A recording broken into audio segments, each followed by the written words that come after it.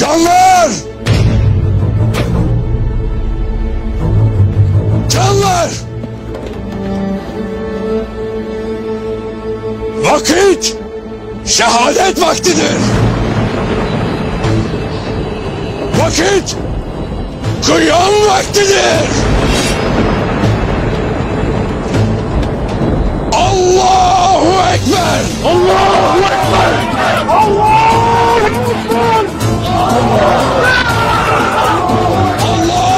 Ekber!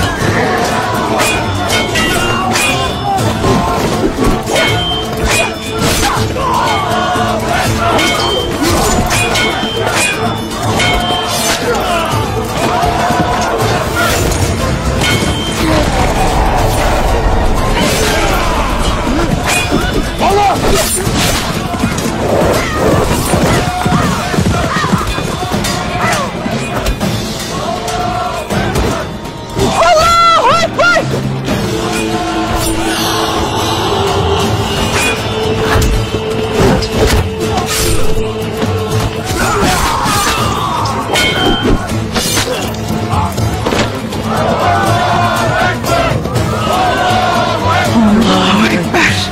Söyle atlarına dursunlar. Allahu Ekber! Allahu Ekber! Allahu Ekber! Allahu Ekber! Hayır! Susmak yaraşır mı size? Susat bana sarılın! Dilsiz şeytan olmak var mı terörizde?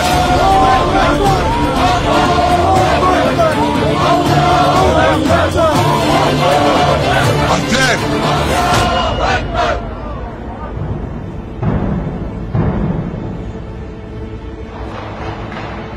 Şehadet vaktidir!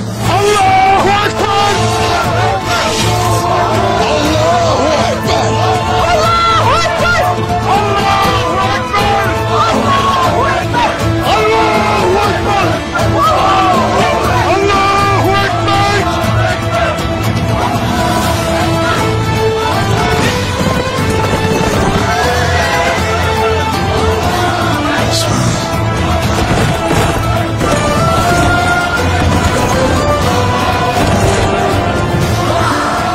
Kardeş.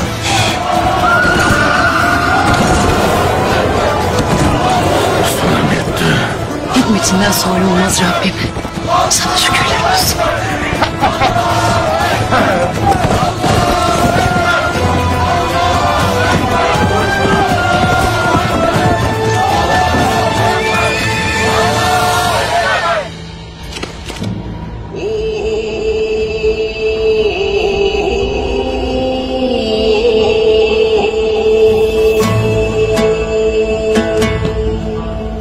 Balgay! Balgay'ın cehennemine hoş geldin Osman. Türk'ün obasını temizlemeye geldim. Sen ve nökerlerin yaptığın zulme dur diyesin.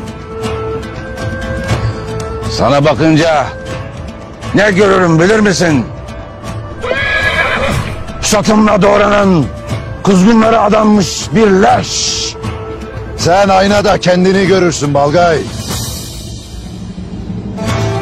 Sana sancak beyliğini teklif ettim, reddettin.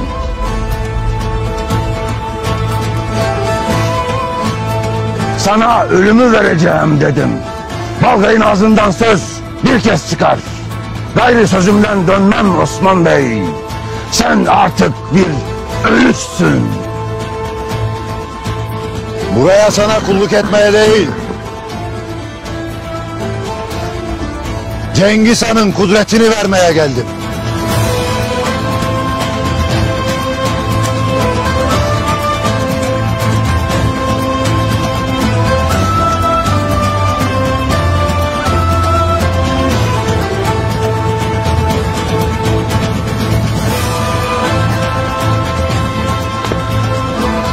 Cengiz Han'ın ismi yüreğini titretsin. Ne kudretinden bahsedersin. Şimdi ya beni dinlersin ya da bahtını karartasın.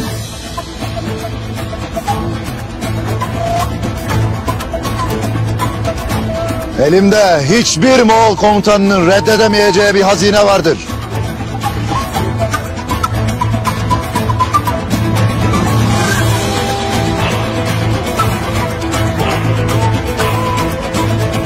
Cengiz Han'ın kudreti benim asil kanımda dolaşırken senin dilinde ne gezer?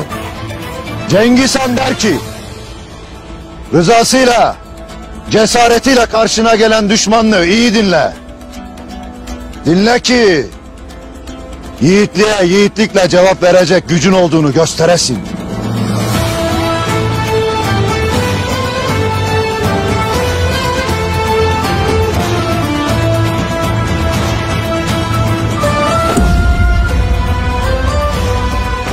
Yoksa sende o cesaret yok mu Balgay?